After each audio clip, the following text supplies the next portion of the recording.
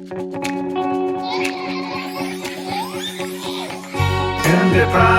yes, IndyPram, on IndyLive.Radio.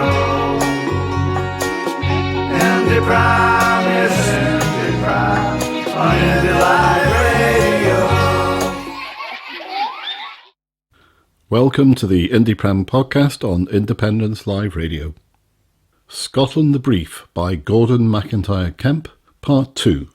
Scotland's Human Capital and Potential.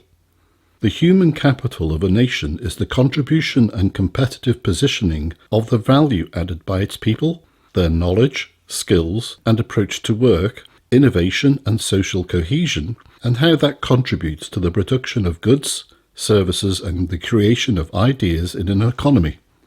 Now, more than ever, sustainable economic growth is reliant on improvements in human capital and its outputs, such as innovation, creativity, improved productivity, and the training and educational standards applied to create those outputs. Can Scotland gain a competitive economic advantage from its people and their abilities? First, we look at education and vocational training. It may be a surprise to some to find that Scotland's people are the most educated in Europe. 47% of people aged 25 to 64 have university, college or vocational qualifications, which is 4% higher than the UK figure and 15% above the EU average. The Human Capital Index. The UK ranks 11th in the Global Human Capital Index tertiary education participation, but an independent Scotland would be in the top 10. This does not only reflect degree-level education, but vocational qualifications, such as qualified tradespeople and apprenticeships. Scotland's workforce is one of the most educated in the world, and that offers Scotland significant competitive advantages. Youth employment and training. Scotland has the lowest proportion of young people not in education, employment or training of all the UK nations. In 2017, only 8.5% of people aged between 16 and 19 were not in education or training, whilst the UK average was 11.2% and the EU average was 14.3%. Accordingly, Scotland outperforms the UK on youth employment, 61.6% versus 55.8%, youth unemployment, 7.6% versus 11.5%, and the youth inactivity rate, 33.3% versus 37%. Scotland is in the top 5 for youth employment in Europe, with its youth unemployment being around half the EU average of 14.7%. In 2017 to 2018, there were more than 27,000 modern apprenticeship places, with 6.5% of young Scots in modern apprenticeships in 2018. In 2017, 94% of Scotland's school leavers moved on to positive destinations, including education, work or training, with 90% of pupils from the most deprived areas going on to positive destinations. The best comparable figures for England from 2015 and 16 show 89% of school leavers went on to positive destinations, with this decreasing to 86% amongst disadvantaged students. Skills and qualifications. Employment in higher skilled occupations in Scotland increased by 30% between 2004 and 2018. The Employer Perspectives Survey of 2016 found that 73% of Scottish employers invested in the skills of their workforce by offering them vocational training, a similar level to the UK average. However, despite the ongoing investment in skills and training by the Scottish Government and the companies themselves, the growth in highly skilled jobs means there are significant skills gaps in the Scottish economy that can't be filled from within Scotland.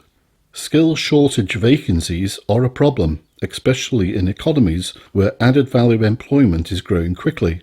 The most common cause of skill shortage vacancies in Scotland is a lack of specialist skills or knowledge from applicants.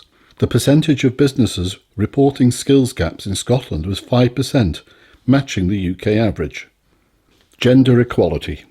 Traditional economic text might not include lower levels of gender inequality as a human capital asset, but that's outdated thinking, so we do.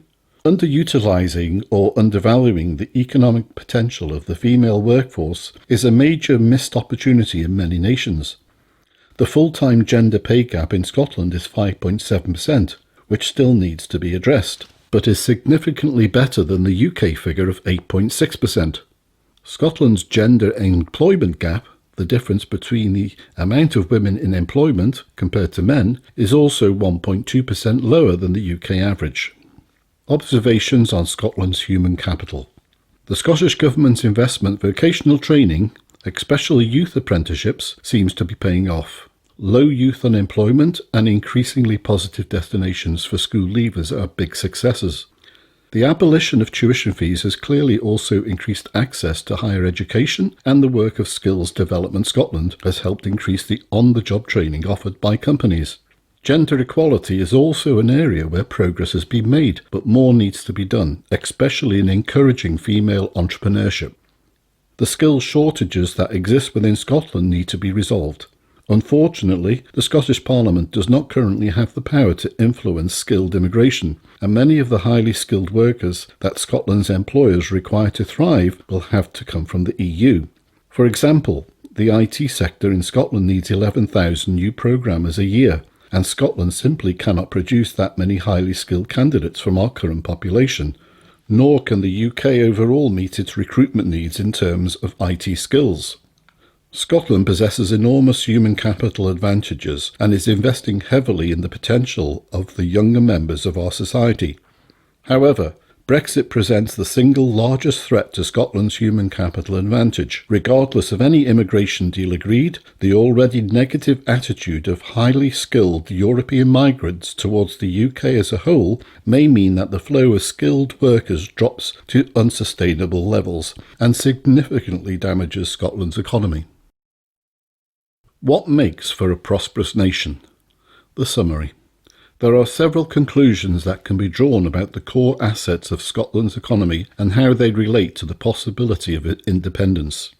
An independent Scotland would be one of the world's most naturally wealthy nations, far wealthier than it is currently as part of the UK.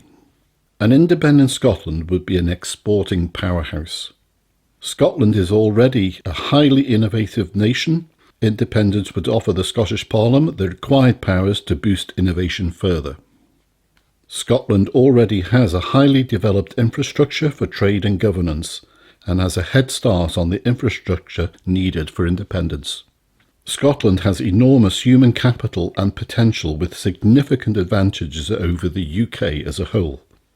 Brexit is the only major threat to Scotland's prosperity, and that alone makes Scotland staying with the UK the greater risk and the more significant constitutional change.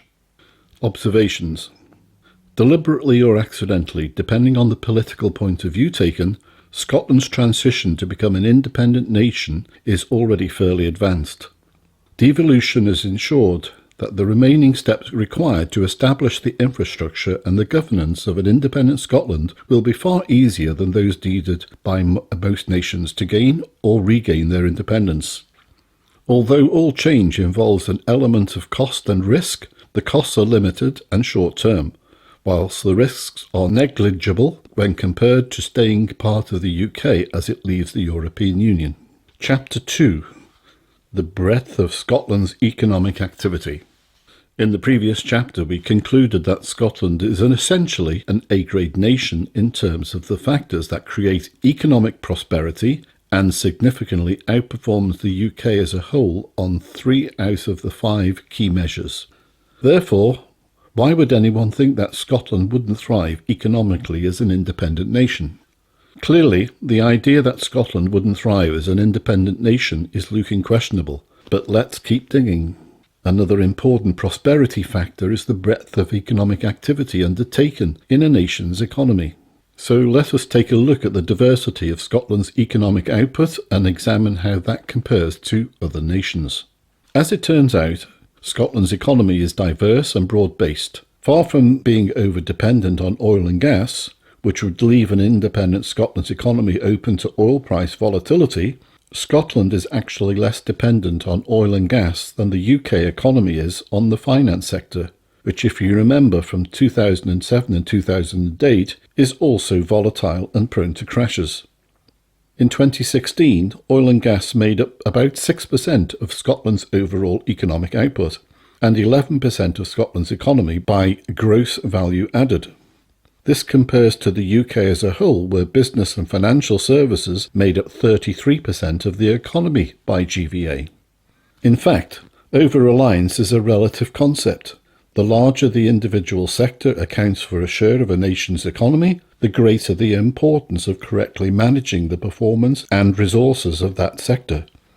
Norway, whose oil and gas sector represents 19% of its economy over a 10-year average, 8% more than Scotland's over the same period, is the 7th richest nation in the world in terms of GDP per capita, and their pension fund, generated from oil and gas sector revenues, is worth almost £826 billion, which means their savings massively outweigh their debt.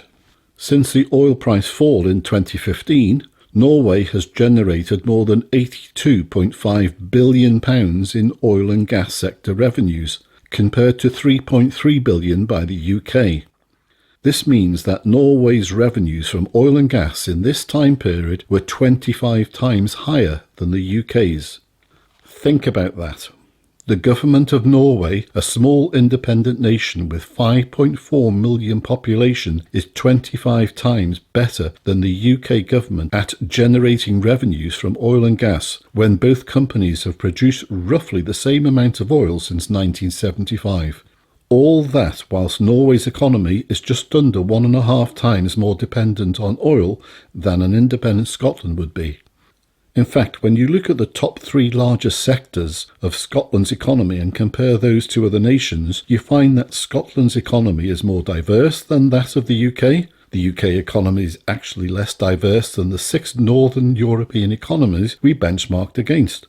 The most diverse nation was Norway, with the top 3 sectors contributing only 50.72% of GVA, followed by Denmark at 51.23%, Scotland at 52.56%, Finland at 52.98%, Sweden at 53.37%, and in last place, the UK at 57.77%.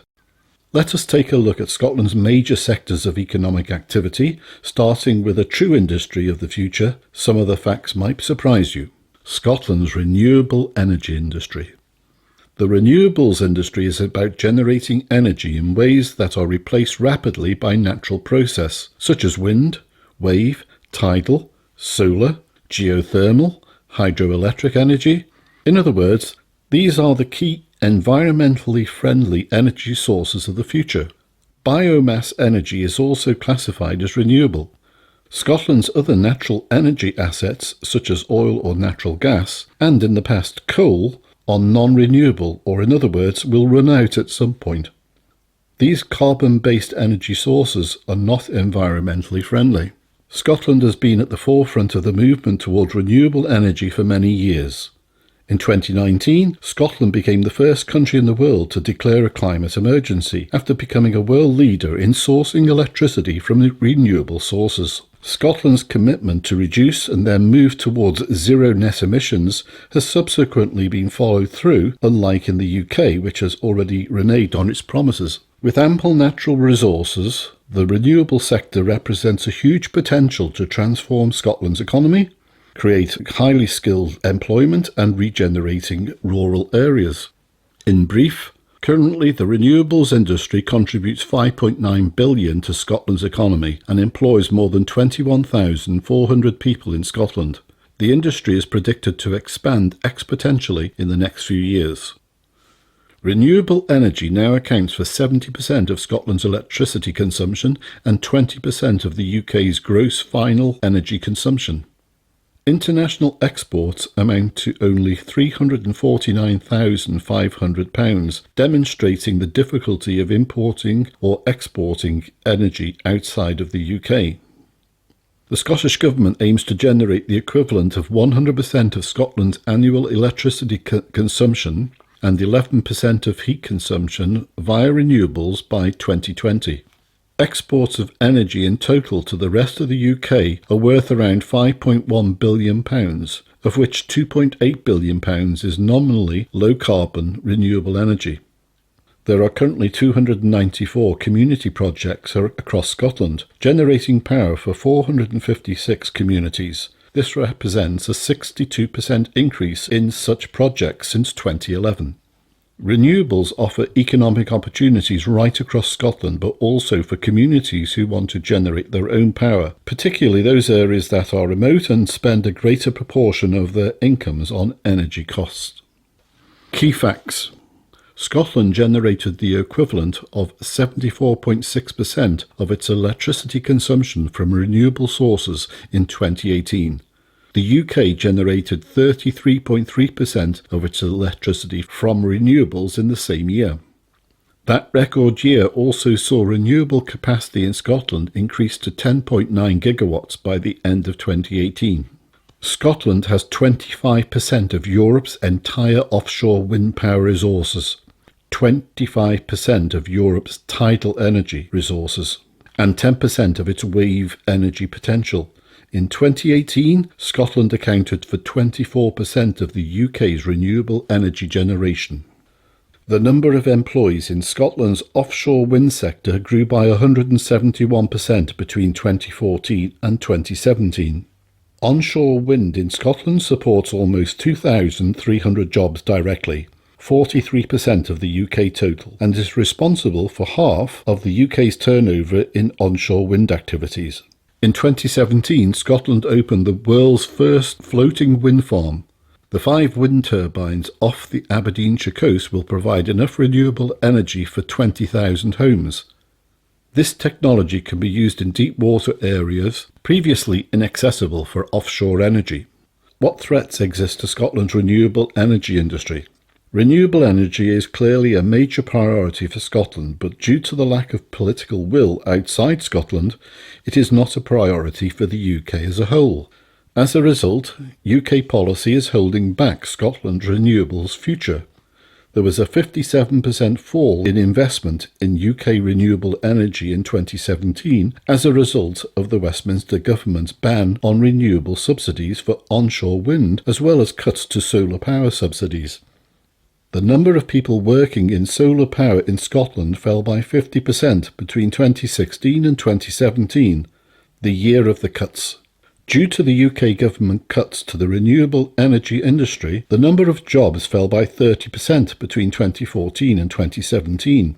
Westminster policy is clearly to invest in nuclear power plants such as Hinkley Point in England rather than renewables, thus endangering Scotland's renewable industry.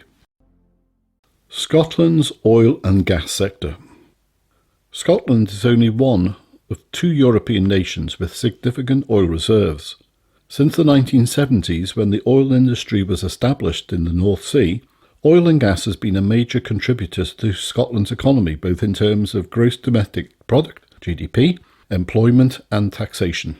Oil and gas fields in Scotland accounted for 96% of the UK's oil and gas production in 2017 to 2018, but the oil industry and all taxation and the business policy relating to it are powers reserved to Westminster. There are many myths surrounding the oil sector. It has clearly been a political football for decades. This chapter will dispel many of those myths, but the issue of tax revenues and the politics of how Scotland's oil and gas reserves have been managed will be discussed later. The price of oil has risen and fallen over the years, and it will continue to do so. That is not a problem for nations like Norway, which have managed their resources well. In 2015, the price of oil fell from an average price of $100 per barrel to under $40 briefly, and then rose again in 2017 to an average of $55. The industry has undergone significant change since 2015, with many older, less economically viable fields being closed down, and new, higher production, lower cost fields coming on stream. Royal Dutch Shell reported that it was able to reduce its operating costs in North Sea fields by 70%, and that they were now able to make significant money in the North Sea at anything over $50 a barrel. It averaged $71.34 in 2018. BP also predicts that its North Sea production will have doubled between 2018 and 2020, This means that despite lower oil prices than in the high in 2014, all oil companies operating in Scottish seas are now as profitable, if not more so, than they were in 2014, with a fall in the average cost of production from $80 to $15 a barrel. The large oil companies are profitable. They just don't employ so many people, and that has clearly damaged the economy in North East Scotland. New discoveries, mostly west of Shetland, are predicted by the industry to make the North Sea productive for up to 40 more years, longer if there are more discoveries. In January 2019, it was reported that the largest gas discovery in a decade had been made, and the Glengorm field, which is located in the more mature central area of the North Sea, is expected to contain recoverable resources of 250 million barrels of oil equivalent. A 2018 study by OPITO and the Robert Gordon University in Aberdeen estimated that a further 40,000 workers will need to be recruited for North Sea-based oil and gas projects up to 2040. This figure is based upon current known reserves, and the single largest growth is west of Shetland. The west coast of Scotland, Shetland and the Outer Hebrides contains reserves, but there is a debate as to how much, due to the lack of exploration drilling, concerns about deep waters, and difficult geological conditions. In the past, such fields were considered to be economically unrecoverable, but new technology has transformed the region's prospects. The Clare Ridge alone is estimated to contain about 7 billion barrels of oil equivalent. There are credible estimates that those fields could contain as much oil as has already been discovered. The older, less economically viable fields are being shut down, and it is this, combined with a higher productivity from the new wells, that are significantly lowering the cost of oil production in the North Sea. The decommissioning of around 200 platforms is expected to take place between 2017 to 2025, with approximately 7,800 kilometres of pipeline also being decommissioned. Decommissioning alone is expected to support peak employment of between 17,000 and 23,000 jobs over the next decade. In brief, the turnover of the oil and gas extraction sector in Scotland has increased roughly 16% from $12.5 billion in 2016 to $14.5 billion in 2017, and is likely to increase again when the 2018 figures are released. Depending on where you draw the line, there are up to 50 major oil and gas companies operating in Scotland's territorial waters, but a large number of smaller venture capital-backed firms are investing. Around 9,000 jobs are related to extraction, but the total number of jobs, including those indirectly supported by the industry in Scotland, is approximately 110,000. Larger oil companies have divested their interests more in mature fields and are being replaced by smaller, more agile companies. The larger companies have been investing in new and marginal fields where lower production costs can make those fields profitable. The outlook for the sector is healthy as new fields have increased production flows and have significantly reduced production costs. This means that the gap between the oil prices and production costs has widened, with the result that oil companies are now generating their highest profits in 4 years and investing in new capital projects, particularly west of Shetland, where up to 13 new developments are planned. In Scotland, the oil and gas sector has been transformative to the economy of the northeast of Scotland, predominantly Aberdeen and the surrounding area. Aberdeen and the northeast rank as one of the world's leading global centres of expertise in the oil and gas and energy industry. Current oil and gas supply chain company exports amount to £4.5 billion, almost matching the $4.65 billion in actual oil and gas exports. Oil and gas bought by the rest of the UK were almost double the international export number at 8.7 billion. Key facts. Scotland possesses 60% of the European Union's total oil reserves, despite accounting for just 1% of the EU's population. In 2017, the amount of gas discovered in the North Sea was at its highest in a decade, with 250 million barrels discovered. From 1998 to 2017, Scotland accounted for 93% of the UK's total oil and natural liquid gas production and 56% of the UK's natural gas production. In 2017-2018, those figures rose to 96% and 62% respectively. Threats to Scotland's oil and gas sector. Brexit is expected to impose additional costs on oil and gas-related trade between the UK and the EU in the region of £600 million. Under World Trade Organization rules, the default trading status following a no-deal Brexit situation, this was almost double to £1.1 billion. Approximately 5% of workers in UK oil and gas are from other EU nations. These are often highly specialised and highly skilled workers, and it is unclear if this specialist group would be less likely to decide on working in the UK on a personal level due to Brexit. However, they are most likely to meet the current suggested wage threshold for being allowed into the UK, £30,000 per annum in earnings. Scotland's food industry. Food from Scotland is recognised as being some of the best quality available in the world. It comes from nature and Scotland's natural habitat and is well renowned, adding value to high quality produce such as meat, cereals, dairy products or vegetables. That is why it is in such demand across the world. There are around 16,500 companies involved in Scotland's food industry, and they employ 107,000 people in Scotland. International exports amount to more than £1.4 billion, a 130% increase since 2002. The food industry employs more than 74,000 people in agriculture and aquaculture jobs, making it a key industry for rural and coastal Scotland. The industry's turnover is in excess of £9.6 billion, making it part of the foundation of Scotland's economic success. The industry's turnover is in excess of £9.6 billion, making it part of the foundation of Scotland's economic success. Key facts. Scotland accounts for 64% of all seafood landed in the UK by weight, of which 66% is then exported to the EU. Scotland accounts for 94% of the EU's salmon production and is the third largest producer of salmon in the world. It also produces 2/3 of the world's langoustines. Scotland possesses almost 30% of the UK's herd of breeding cattle and 20% of the UK's breeding sheep flock. Scotland's fishing zone makes up 60% of the UK's total sea area, and 20% of all of the EU's fish comes from Scottish waters, meaning that Scotland has one of Europe's most resource-rich seas.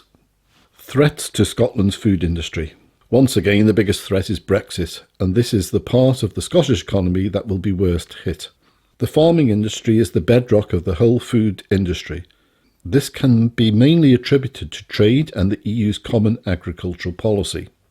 Analysis of farm accounts in Scotland has shown that 73% of Scotland's farm businesses would be technically insolvent without CAP payments.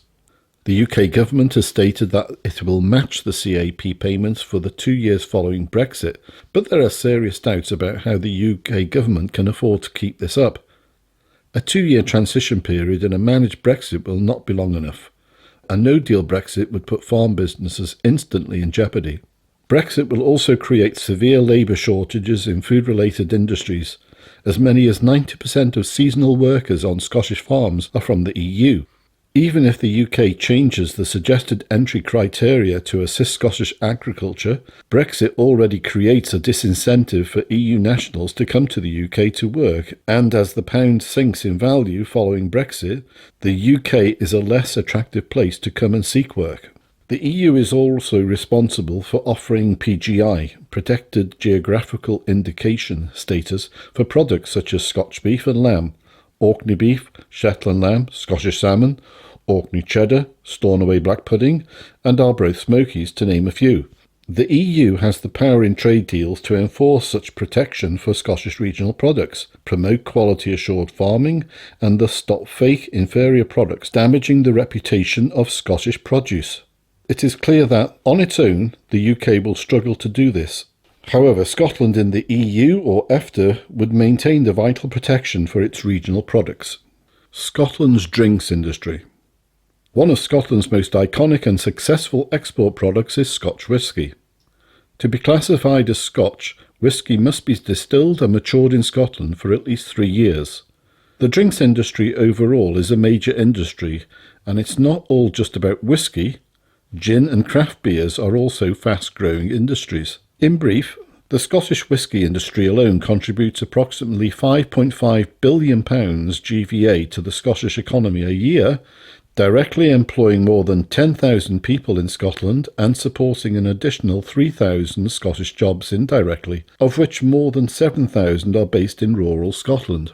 Another 30,000 jobs in the rest of the UK are supported by the whisky industry. Many of those jobs are located outside of Scotland as they relate to the supply chain in the rest of the UK. But several major brands are owned by large multinationals with headquarters outside of Scotland. This means that many whisky industry headquarters roles, such as marketing, branding, sales, finance, human resources, are not located in Scotland. For example, Diageo is headquartered in London. Pernod Ricard is located in Paris, but with a London HQ for the UK, and those two companies control 55% of the sales of Scotch. Both companies will have a mix of London and Scotland-based added value employment roles, but far less so than if the whisky company's headquarters were located in Scotland. Scotch whisky exports are worth £4.7 billion annually, amounting to 70% and 21% of Scotland and the UK's food and drink exports, respectively, as well as 1.3% of all UK exports. To put that performance into context, approximately 41 bottles of Scotch whisky per second are exported, and Scotch is sold to 175 countries around the world.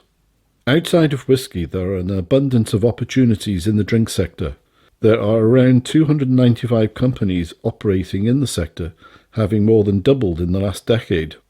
For example, the number of breweries in Scotland has increased by 230% since 2010. Much of this has been due to the creation of microbreweries, which account for 83% of all breweries. The number of Scottish breweries is around 132, employing and supporting more than 8,500 jobs. The industry has a total revenue of £500 million per year and is predicted to double in the next decade as part of the Scottish Government's Foods and Drink Growth Strategy. Gin sales are expected to be £1.5 billion in 2020, and in the last 5 years, gin production has more than doubled from 25 to 60 distilleries, offering over 100 flavours of gin. Craft and flavoured gin is the fastest growing area of the drinks industry, but the leading brands of gin are mostly Scottish in origin. As a result, Scotland produces more than 70% of all gin made and consumed in the UK. Small and new distillers have been marketing new gin flavours because gin is easier and quicker to make and to get to market than whisky, which has to mature. Therefore, the success of gin is also connected to the Scottish whisky industry. The drinks industry classification focuses on alcoholic beverages, but it's worth noting that although not technically classified in this industry, Scotland also has major brands in the soft drinks industry making bottled water, most of which is exported, and fizzy drinks, most of which are consumed in Scotland. Key facts. Whisky from Scotland is the single largest contributor to the UK's balance of trade in goods, creating £5 billion annually for the UK economy. There is more Scotch whisky sold in France in 1 month than cognac in the whole year. The number of breweries in Scotland increased to 132 in 2018, a 1,100% increase from 1970. Scotch whisky is the world's #1 globally traded spirit and exported to 175 countries. The EU is Scotland's largest importer of beverages. In 2017, it imported £1.6 billion worth of drink products. Whisky exports to the EU are worth £559 million, almost a third of the total. Threat to Scotland's drinks industry. As with other sectors, Brexit threatens to create labour shortages across the industry.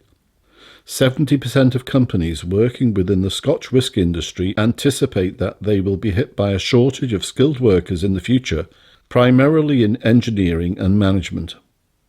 EU nations are the top export destination for Scotch whisky, importing as much as 30% of all the whisky exported. A no-deal Brexit would disrupt supply chains, potentially include tariffs on those sales, and thus dramatically lower export sales. The designation Scotch whisky is protected by EU law, and in all EU trade deals that protection is extended.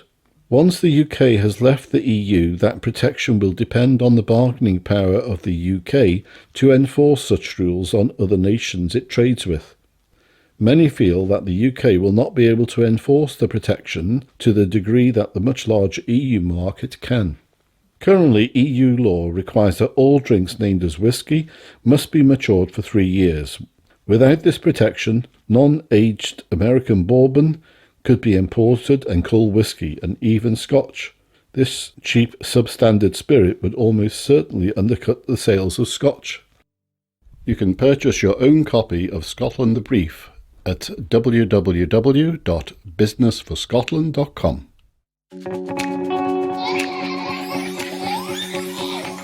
IndyPram, yes, IndyPram, on IndyLive.Radio.